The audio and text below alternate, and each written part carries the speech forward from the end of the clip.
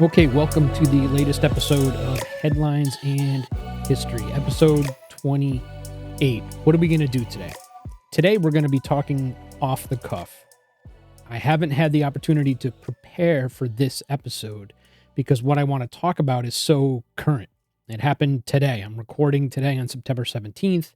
And what we saw today was what we believe to be an Israeli intelligence operation against Hezbollah, many members of Hezbollah in Lebanon, which led to the deaths of a few people and injuries to thousands because of pagers. Yes, old school pagers from the 90s that we all used to wear, exploding all over Lebanon. And so what I was going to do this week is I was going to do a Venezuela history episode because we're getting ready for Alexandra Winkler to come in and talk about what's happening in Venezuela and how it affects the Western Hemisphere and even the whole world and the U.S. economy and all these things. And I wanted to do a bit of a history to get us prepared for that. But this operation that happened, this event that happened in Lebanon today is a big deal. And there's a lot to talk about, and I've got some insight and I have some opinions on it. And I just think it's a really interesting topic that could touch so many aspects of what we do here on Headlines in History. So we're just going to dive into it. And I'm going to talk about what we read today, what we found out, where there's things we know, things we don't know, but it's too interesting. So I want to make very clear here, as I've done in all episodes, but in particular, when I'm getting into the realm of current intelligence and current operations and things like that, I want to make it especially clear that I'm certainly talking only for myself. I'm not talking for the DoD. I'm not speaking for the U.S. Army. I'm not speaking for anybody else. Anything I'm talking about today is certainly based on open source information and is all my opinion. Okay? Just reading what's happening in the news, and I'm just going to give you some insight based on my experience. That's all we're doing here today. Okay. But I think it's interesting nonetheless. So what do we know so far? So I'll give you what we know, or at least what I've been able to find out that we know. It's about 7:30 here on September 17th on the East Coast. And I'm still getting reports that are popping in by the minute, if you will, talking about more things that we've learned about what happened today. And so I'm certainly not going to be able to cover everything. There's going to be more stuff that comes out tomorrow and in the coming days. And, potentially we'll do another episode on it in the future. But I'll give you what we know today, because we've had reporting for, 5, 6, 7 hours now. It's probably even more than that. I remember briefing it this morning at 10 o'clock, 10:30. So, I don't know, over the last 9 hours, let's say. And what's potentially really going on here. So I got the information, at least it came to me at, I want to say maybe 9:30 this morning. Started seeing some news items pop up in the social media sphere, specifically on X, talking about hundreds, if not thousands of pagers, the old school. You can't communicate with it verbally, right? It's just a device that you wear on your hip and you can call it. It buzzes and it gives you the telephone number that called you. And then you go to a payphone and you call that person back, right? They're just literally just sending you a page so you can call them back. So for the younger folks that listen to the podcast, something they didn't have to deal with, but I certainly carried my own back in the day, that's for sure. And presumably, the reason that there were all of these pagers in Lebanon, tied mainly to Hezbollah, was because Israel is very, very good at what it does in terms of operational intelligence. They're great at all aspects, really, of intelligence, but operational intelligence in particular. And so, Hezbollah was of the belief that Israel could track their cell phones in a multitude of different ways, likely one of the most important being from a geolocation standpoint, where they actually are, because the phones are GPS enabled. And anyways, Israel has some of those capabilities. And so presumably they decided to work themselves back in the technology line. I would go back a few years and say, listen, if I have fewer things, fewer capabilities on these pagers, then there are fewer opportunities, technological opportunities for Israel to track these devices. And so let's go backwards and see if that saves us some heartache, if you will.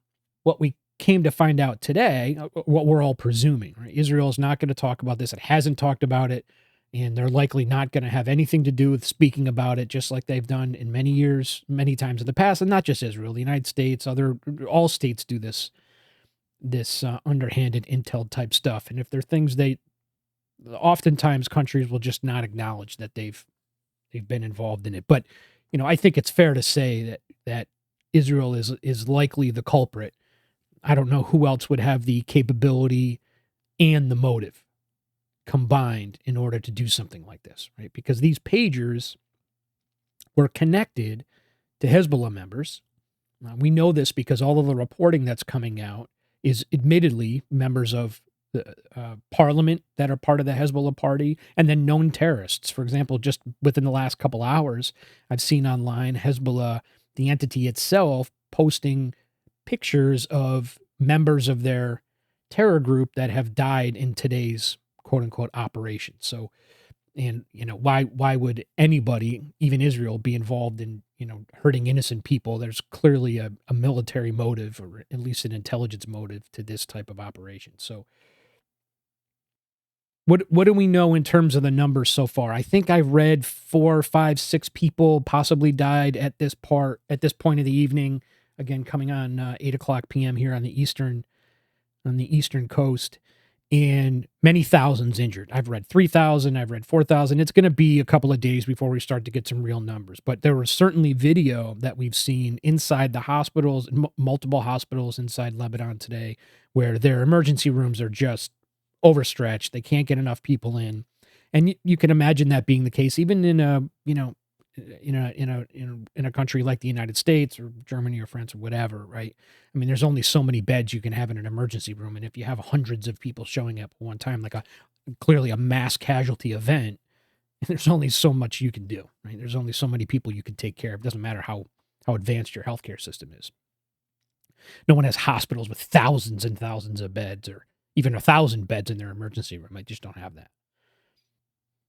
And so what we've believed that we've come. So what the reporting indicates is that in and around the same time this morning East Coast time, and exactly what time it was in Lebanon, I'm not too sure, but many hundreds and hundreds of pagers across Lebanon started beeping all at the same time. And I want to say they beeped 3 times is what the reporting had said. And after the third beep, the device exploded. And initially, the beeps, again, from what we're hearing in reporting, is that the beeps had indicated that somebody within their chain of command was trying to get a hold of them. And just about a half an hour ago, Saudi Arabia came out and said that nearly 500 members of Hezbollah have lost their eyesight as a result of this response today. So, or of this operation, if you will. So what I envision here is that you hear the 3 beeps. You're some Hezbollah terrorist walking around Beirut, and your pager goes off, and you hear the beeps, and you grab it, and you pick it up, and you look, and then you have this thing in your hand, and then the device explodes. Now, there's plenty of video of the device exploding where it's on somebody's hip or it's on somebody's lap or whatever, and it explodes there, and there's where it's in somebody's pocket. There are plenty of people that have injuries to their legs and to their hands and other things. But the eyesight being a real issue, because clearly they had picked up the pagers to look at them and detonated when they did just that.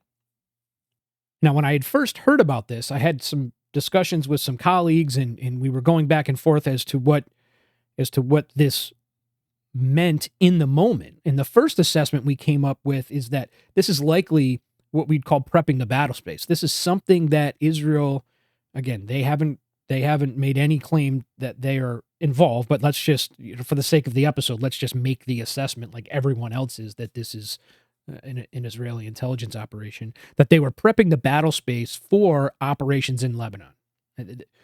Prime Minister Netanyahu has made pretty clear over the last few months that when operations begin to draw down inside of Gaza against Hamas, and the timing is right, that the IDF is going to turn north and they're going to go after members of Hezbollah who have been firing hundreds and hundreds and hundreds of rockets, for years, but in particular over the last few weeks and months as the IDF has been operating in Gaza. And in an attempt to create a buffer zone in northern Israel, to create a buffer zone in southern Lebanon, which would then reduce the amount of indirect fire that Israelis would have to receive, Israeli civilians would receive when living in northern Israel. Right? They want to create that buffer zone. I don't have any idea what the depth of that buffer zone would be, but nonetheless, Hezbollah operates in southern Lebanon, the terror group portion of Hezbollah, and so Israel, they're currently involved in their operations in Gaza. Everyone's mobilized. Prime Minister Netanyahu is clearly dedicated to protecting the Israeli citizens, and so Hamas was first, and now Hezbollah is coming next. It's been a thorn in Israel's side since the 70s, right? And so typically what you would do when you're getting ready to conduct an operation, whether it's a conventional operation, when the Ukrainians, for example, they turned east and they went into Kursk, or you're going to be conducting some type of a smaller level, individual level counterinsurgency operations or intelligence operation like we saw today. Typically what would happen when we know that a military unit is going to conduct an operation, what they want to do is they want to shape the battle space. They want to create an environment that makes it easier, more efficient, more effective for whatever offensive operations are going to be conducted against whoever they're going to go after. And so one of the ways to shape the battle space is to, remove their ability to see, remove their ability to communicate. So you want to eliminate, let's say, cell phone capability if you're going to go in and conduct an urban operation. You want to be able to go in and blind them, for example. So if they have collection assets, you want to be able to conduct an electronic warfare attack so their collection assets can't communicate with satellites, or you want to go and conduct an EW attack to suppress counter battery fire, so the artillery is reduced to a certain strength as you're getting ready to go in and operate. Right, there's all of these preparatory actions that a military unit will conduct before they just go in. They just don't take all of their tanks and their APCs and IFVs and their infantry folks, and then they just cross the border and they go into an attack. Right? No, many times they conduct these for many days, even weeks, depending on the operation. They'll do these shaping operations where they're prepping the battlefield. And it seemed today, at first glance, that if Israel's planning to go into Lebanon, and they're going into Lebanon to go after these Hezbollah members in particular, well, then one of the ways that you can eliminate a whole chunk of these fighters is to injure them in the beginning, and so you just have less fighters to deal with. That's a very simplistic one, but potentially effective. The other one would be to eliminate their ability to communicate. So if everybody is carrying a pager, that's the way they talk to their senior commanders. If you get rid of the pagers because they're all destroyed, now Hezbollah can't react, they can't communicate, they can't shoot, move, and communicate like they would want to if they're looking to defend themselves against an Israeli incursion, against the IDF as they come into Lebanon. And so that was my first thought. Shaping ops have started. It looks like Israel's potentially going in. Now, clearly sitting in this environment, I'm not working this operation, so I don't have access to satellite feeds and all these other things. So I'm not looking through satellite imagery to confirm or deny whether there are military units and vehicles along the northern Israeli border with Lebanon. So I couldn't confirm with other sources, right? But just a training and experience opinion, if you will. But 9 hours later, we haven't seen that.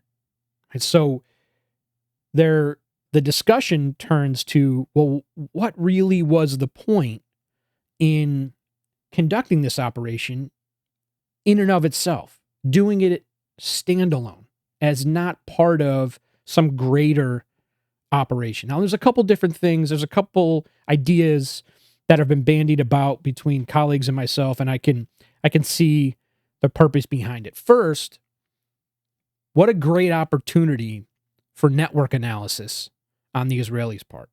And what do I mean? So let's say the Israelis have a certain number of pagers that they know are associated with Hezbollah members. And they have phone numbers that are associated with those pagers. And they believe that, and I'm just going to make a number up here, right? Like say 5,000 pagers. And let's say they've done some great intel work in all domains and have figured out, I don't know, 3,500 of those pagers are tied specifically to Hezbollah members. But there's 1,500 out there that they have a tangential belief, or they have somewhat of an idea. They know it's tied to certain people, but they don't know exactly who it is. Maybe they know the pager is in a certain location and always shows up. I'm going to give you one example, right? One pager shows up at a bomb maker's house, and he's always driving a yellow car, but they don't know who the person is in the yellow car, right? Just as one anecdote. And so what Israel could do, knowing full well that the pager is associated to somebody in Hezbollah, but they don't know who it is, if they detonate that pager and the pager goes off, then the person who goes to the hospital is clearly the person that was using the pager, and that person's part of Hezbollah. So now they can confirm who that individual is and add that person to the network analysis. That works. So they could flesh out maybe a portion of the Hezbollah network that they don't understand. They have yet to verify. I don't know. That's valid, and there's use to something like that. And I'm sure that maybe that I would say that would be a secondary or a tertiary benefit to something like this. I don't think Israel pulls the trigger, if you will, on an intel op like this just to flesh out their understanding of a network. First of all, I think given Israel's ability to collect intelligence in the human domain, in the cyber domain, and in the geospatial domain, I'll bet a good amount of money worth something to me that Israel has a pretty darn good idea of who's who in the zoo up there in Lebanon. So I don't think they're going to pull off something like this just to fill out that network. Again, probably a secondary or tertiary benefit if there are some stragglers that they just don't know who they are, right? More to the point, or I think more likely, is Israel was looking in part to verify for others, not for themselves, but for outside entities, who is actually a member of Hezbollah or supporting Hezbollah, but claims that they aren't.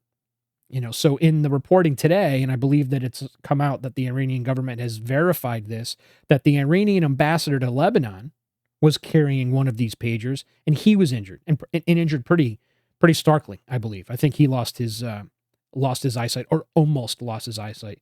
Reporting out of Tehran comes this evening. So what does that say? Clearly, that puts proof on the table that the ambassador, who Israel is likely knows because of its intelligence collection, maybe the U.S. knows because of its collection, but maybe many people in the region assume is working with Hezbollah because everyone knows Hezbollah is a proxy for Tehran, but they just didn't have the proof on the table. Well, here's the proof, because now the pager went off inside the ambassador's pocket.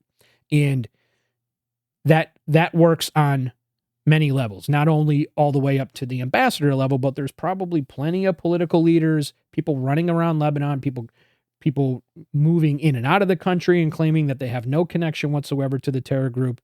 And now today is a day they can't hide because they have the pagers. So if anything, I think that's it. I also think that one of the main benefits here is Israel sending a message. They didn't want to kill a whole lot of people. If Israel wanted to kill a whole lot of people, they would have. They've got the capability to do that. But they didn't do that. They sent a message that you, Mr. Hezbollah terror fighter, might think you're clever by carrying around a pager and acting like it's 1994 because we, Israel, do a great job, Mossad, whoever's doing the work here, does a great job tracking cell phones because they have GPS capability and whatever else. And you're trying to get out from under that collection capability, so you're going to go old school with the pager. Well, Israel just sent the message that that doesn't matter. Clearly, they know who's carrying the pagers. They know where they are, and they have the ability to reach out and touch said pagers indirectly through the cyber world, through the cellular world, whatever it is that they did. And so now Hezbollah is thinking to themselves, well, if I can't carry a cell phone and now I can't carry a pager, what am I going to do next? Right? I can't use landlines, right? Even though most landlines are all digital now anyways, but you're not going to use a landline or you're going to use a payphone too often because it's easy to collect against payphones and landlines, right? My guess is using these pagers, and I don't know, this is just supposition on my part, but the Hezbollah members using these pagers never actually communicated with a cell phone or with a payphone. They actually likely just went in person, right? If their boss paged them and they got the page on their hip, then they got into their car, they did whatever they did, and they showed up at some place so they can then communicate with that person, and it wouldn't be digitally, so it couldn't be collected against. Right? Now, potentially not. I mean, they could have had drop cell phones at certain locations that, they would move around or so, but they clearly were afraid of using cell phones or they wouldn't have been carrying the pager. So my guess is they did a lot of face-to-face communication after the pager went off. So if that's the case, now what do you do?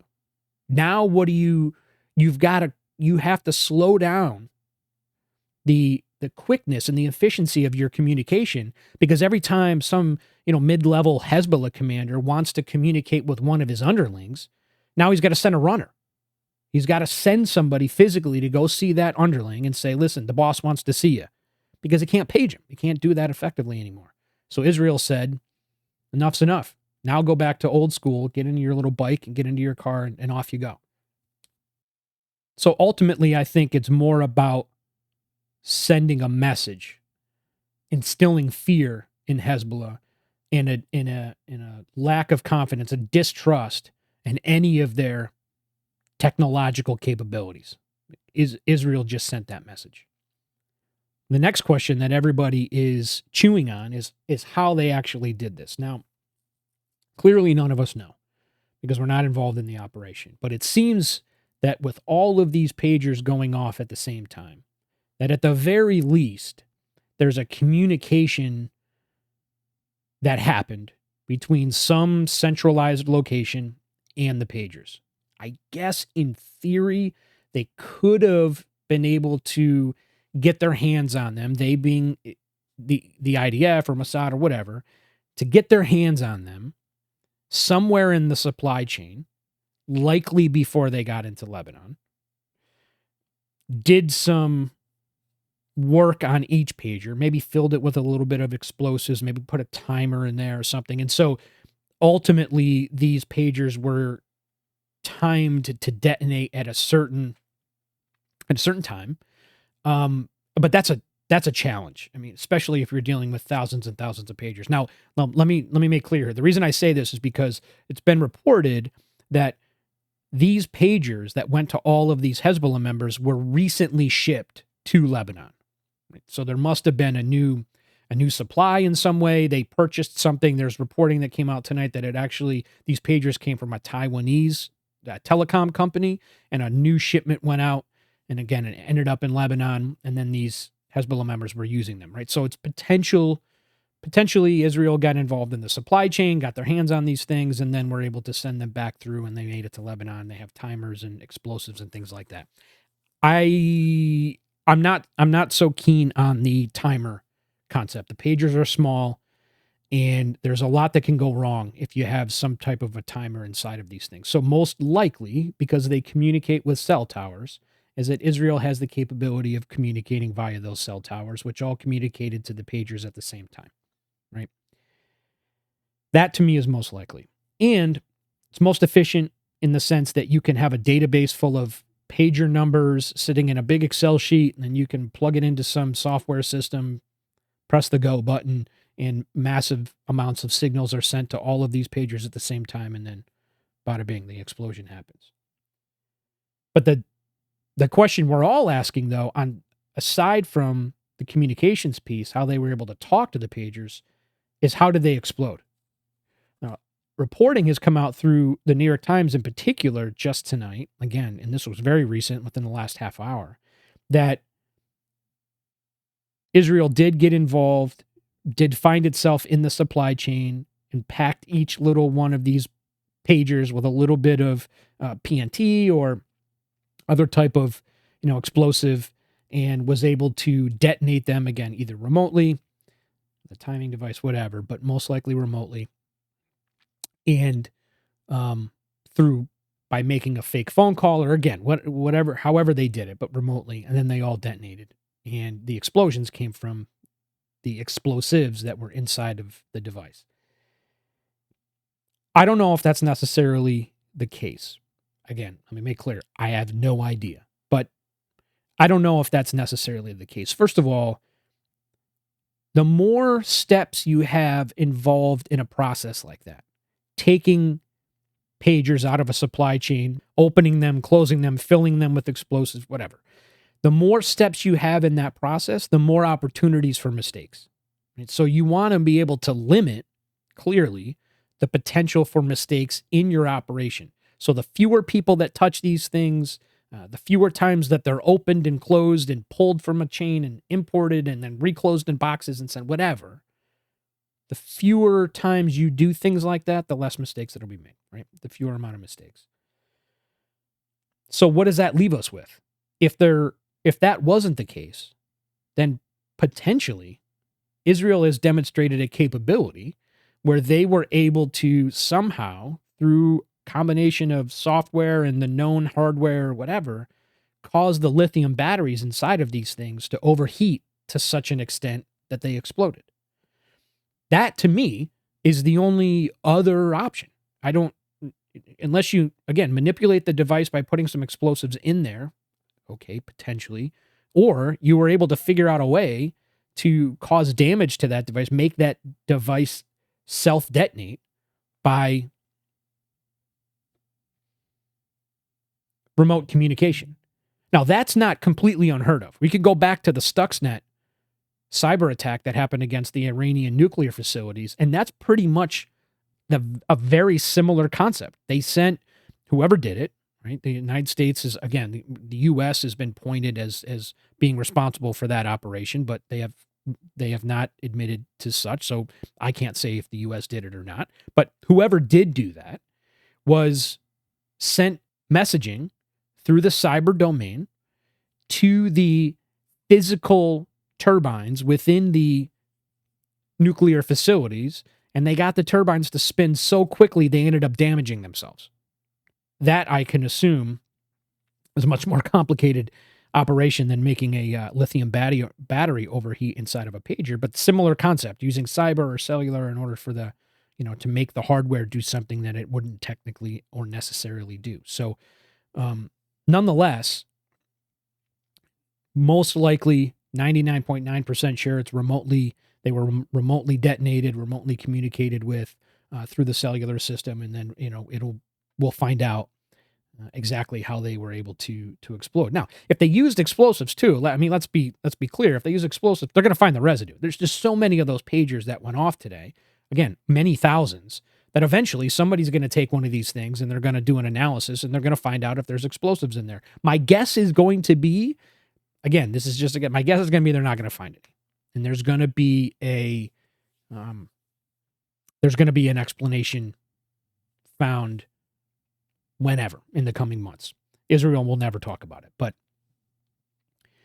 plus, let me just make it a comment here parenthetically about the interconnectedness of warfare domains when dealing with stuff like this. Just because sources have been given information by whomever they are communicating with that the operation was conducted in a certain way, and then they, being the sources, communicated with the media and said, I've got an inside source and wherever, and they told me this is how Israel did it, doesn't mean that that's necessarily true. Now, we were operating in the information warfare domain.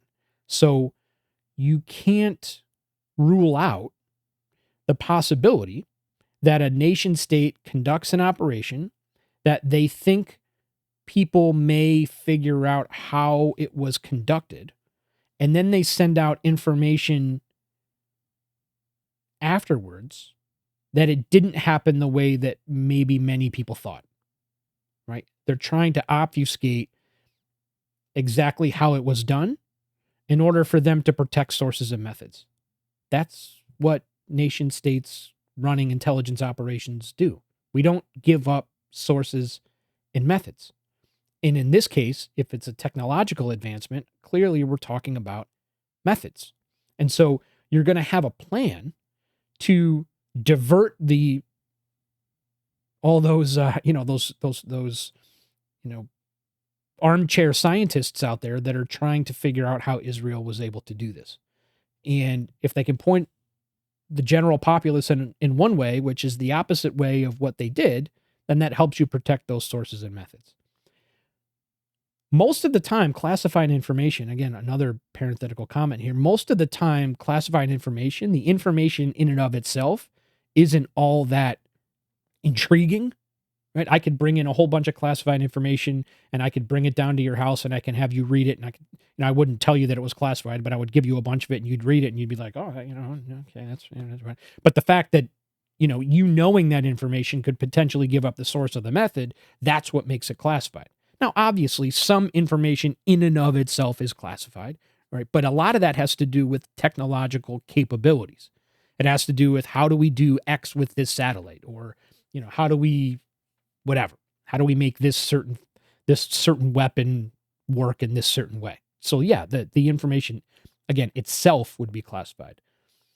But nonetheless, so that is, and one of the things you'd want to do is, again, divert people trying to discover how they may have done this. Which then this leads me to another point about why Israel would do this. Why show your hand? Because and this relates back to the Stuxnet operation as well. If you have a capability that no one knows you have, or only a few of your close buddies know that you have, and clearly your adversary has no idea you have to do a risk reward to determine if it's worth it to pull off an operation like this, that everyone's going to eventually figure out how you did it. And now then you can no longer use that capability again with the same effectiveness. And so what is going to happen now is that Israel, once they went and detonated all of these pagers, Hezbollah is never going to carry pagers again. It's just not going to happen. They're going to find out, or they're going to figure out another way to communicate. Potentially it could be runners, like I had said, but sometimes the collection, right, the ability to gather information off of a device is more valuable than destroying the device, right? I'll give you an example. When we knew in Afghanistan that the Taliban was using repeaters on top of the hilltops and mountains when they were using their high-frequency radios, or HF and VHF radios, communicating amongst each other, and they were using the repeaters so the radio can go from valley to valley. The radio comm could go from valley to valley. Well, for a while, the United States and its allies were destroying these repeaters so the Taliban couldn't communicate. Well, and they just kept rebuilding them and rebuilding them. So eventually it became really, really expensive, right? It became very expensive to use, the JDAMs or whatever we were using at the time to destroy the repeaters. But is it easier to just leave it? Is it more beneficial to do that? That's a risk reward. Same thing with this pager operation. If you're collecting against the pagers and the pagers are giving you X amount of information, you got to ask yourself, is it worth it for me to keep getting this? Or is it more worth it for me to just destroy them all and then show everybody that I can destroy them all? I don't know. Again, that's a calculation that only the Israeli military and the Israeli government can make. But clearly they decided that showing their hand, if you will, was worth it. And we'll see what comes after it. Same thing with Stuxnet. whoever conducted that operation, clearly they decided that it was worth it to let the world know that they can do something like that, as opposed to just keeping it close hold and not using the capability and using it for a future day. So, and there's a lot that goes into that type of risk reward analysis, right? And every situation is different. Every operation is different. Potentially you could be working on a new technology, so you don't really care if you show your hand with this technology. I mean, there's a whole lot of things. And in this event, Israel could be thinking, there is no other way to communicate digitally. I mean, I took the phones, now I took the pagers. What are you going to do? Take radios? If you don't think we can, deal with radios, then, what are you going to do? So maybe Israel did make the decision to do this because they knew it would put them in a position, put Hezbollah in a position where they had to courier everything, where they have to literally drive around Beirut in order to get a hold of their underlings and their bosses, because they can't use the comms anymore. We'll see. One thing I will say is don't get too wrapped around the number of pagers that were involved. And again, I had said earlier in the episode, it's most likely Israel has done a great job at their intel collection. They had an idea of where all the pagers were, whether they were involved in supply chain interdiction or not. They knew where the pagers were. They likely knew what the phone numbers to the pagers were, however they got that information. And then they were able to remotely connect to those pagers. And so, and that was one of the ways they were able to keep the explosions within Hezbollah and not affect anybody else. I'd spoken to a really smart colleague friend of mine tonight who had said, it's potential that they were trying to get at maybe one device, and, based on the way the technology works, they were in close proximity to too many other devices, and a whole slew of other devices were activated, if you will, if they exploded because they were too close to the first one, right? That's certainly a possibility, but I don't know if I'd go that far. There was too many pagers involved. They were spread out by too far. And I just think that Israel had more of I just think that they had the numbers to the pagers. It just seems like the way that they would operate, right? That seems more likely. We'll find out. But what I will say is it does, going back to a risk reward conversation, you do take the risk, not only of demonstrating your technology, but you do take the risk of hurting innocent civilians.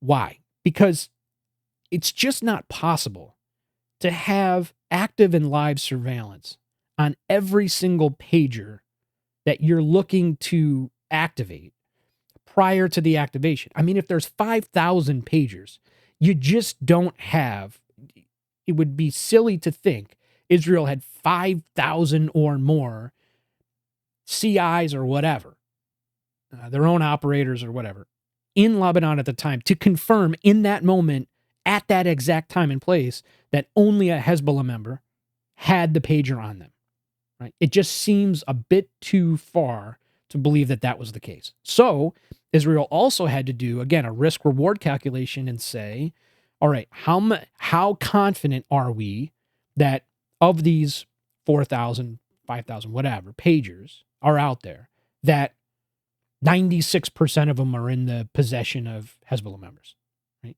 Because in theory, you could have somebody that says, "Oh, listen, I gotta go eat lunch," and so they take their pager and they put it on the table, and their kid picks it up, and then a minute later, their child is involved in something that wasn't their fault, or their wife, or whatever, right? So they just don't have that capability. It's not feasible to have that. So I'd be shocked if somebody came up and said, no, don't worry.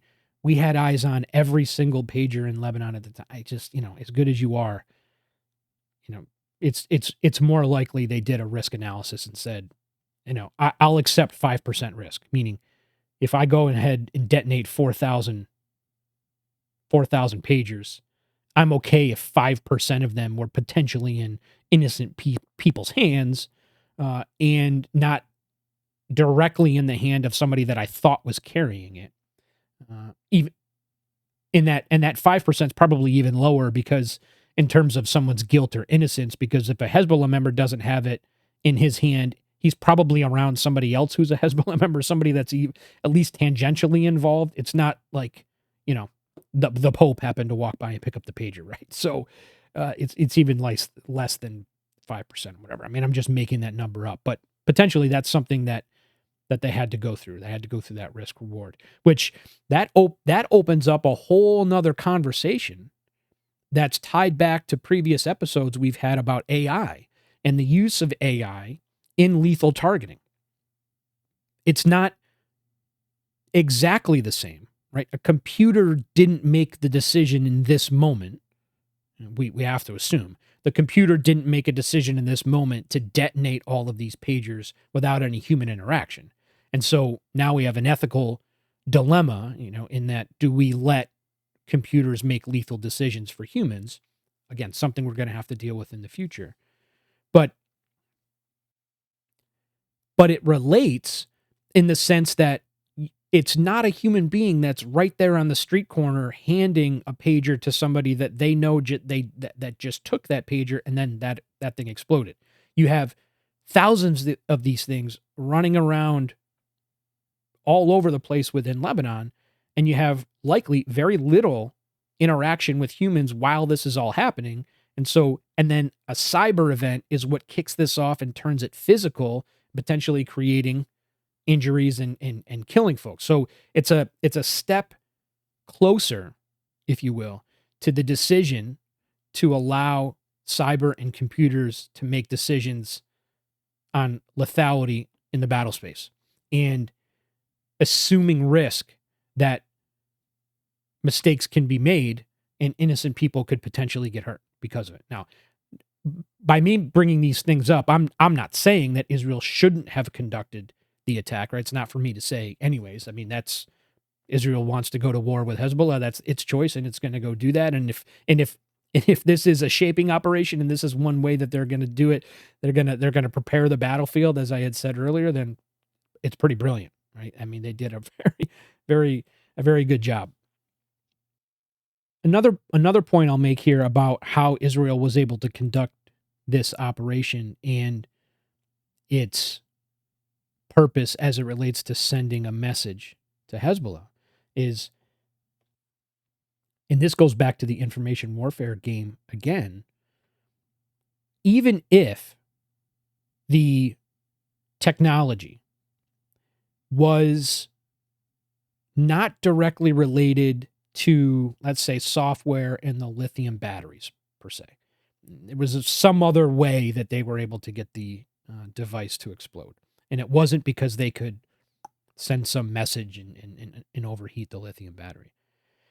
They're never going to come out and talk about that. So it could potentially convince not only Hezbollah members that are operating in Lebanon, but potentially anybody within the entire world who's carrying a device with a lithium battery in it, that they are a potential target for any nation state or intelligence group that has the same capability. I mean, if that capability exists to do something to a lithium battery to overheat, then in a pager, who says you can't do it in an iPhone? Who says you can't do it in an iPad? You can't do it in a Google Pixel phone. Right? It's like potentially anybody could be a target. And so it's not just Hezbollah, it's anybody else. And that's pretty distressing. And if that's true, then everybody is a potential target, to include my family, right? To include me, to include anybody, any American soldier that's out there. And what I will say is, tied to previous episodes, again, in terms of China's capability, listen, if it's not clear now, based on what I just said, if it's not clear to you now that you should likely reduce your use of Chinese technology, I don't know what to say for you. I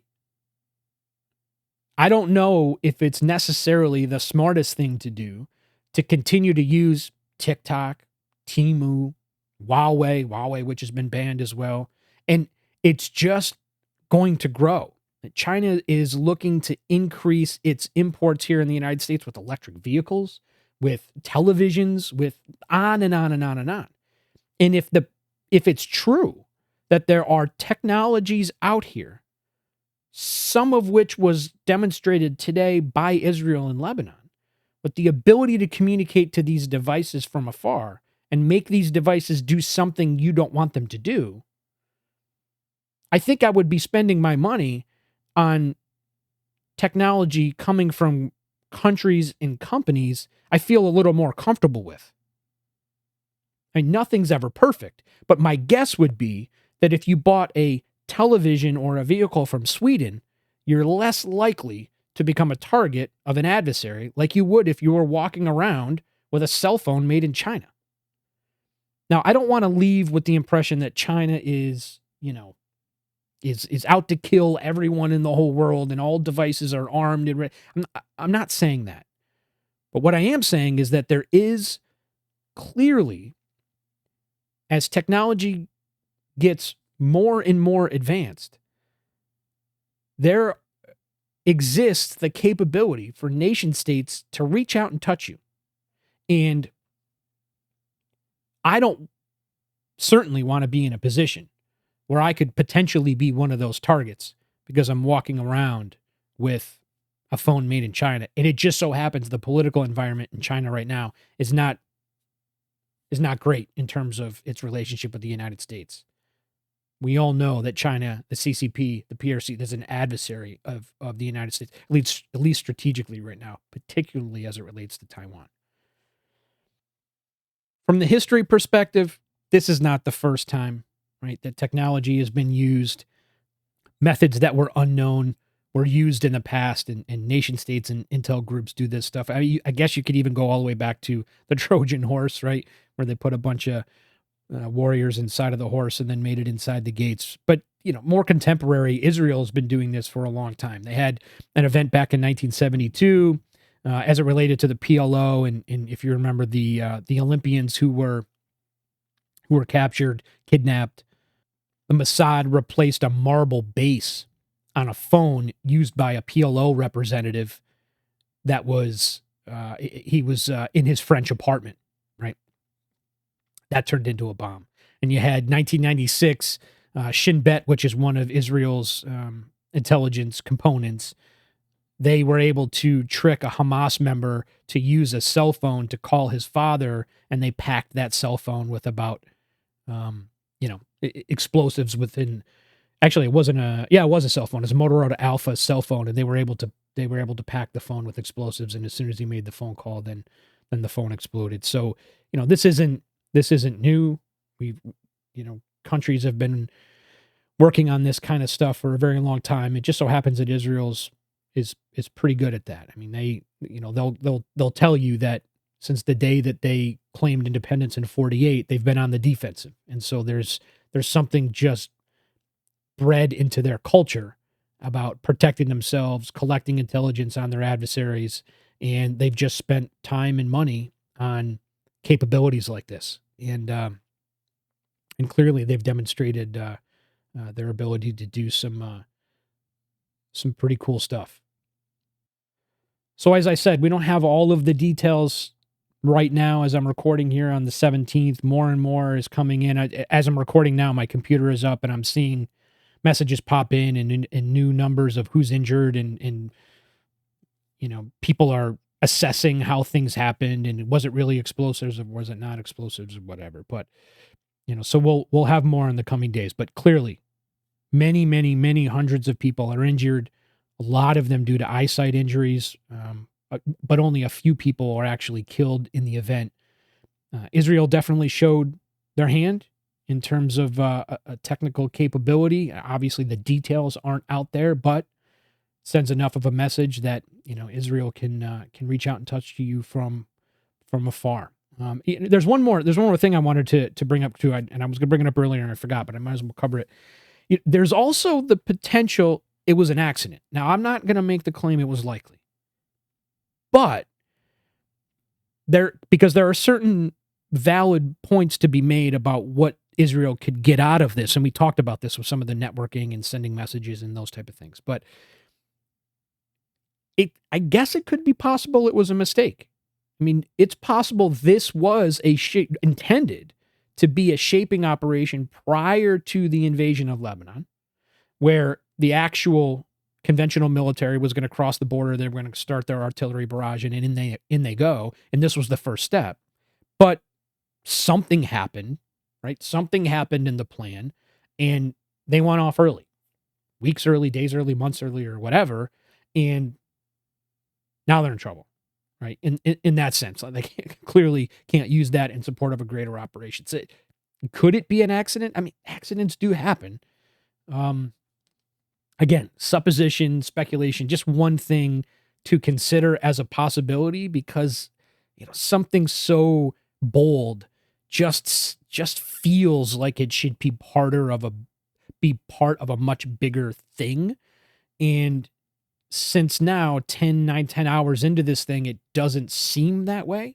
That, boy, it could have just been a mistake. Again, I don't think that's likely. I think it's on the lower end of the possibility, but we can't completely rule it out. And we can't also completely rule out that there wouldn't be a much larger operation in the next 24 to 48 hours. I mean, it could potentially be Israel did this because they were, again, as part of shaping, they wanted everyone to flood the hospitals. They wanted everyone to be in Hezbollah, at least, to be in a moment of chaos. And then everyone is paying attention to dealing with these individuals medically. All the focus is on this. And then the next thing you know, you've got, the IDF coming across the border, and there's such chaos going on within Lebanon. It just makes it that much easier for Israel to conduct their operations. Potentially could be true, right? We'll see what happens in the next 12, 24, 48 hours.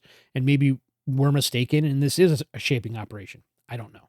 But what I do know is that unless Israel tells us, we're not going to know because they're going to keep a close hold, as they should.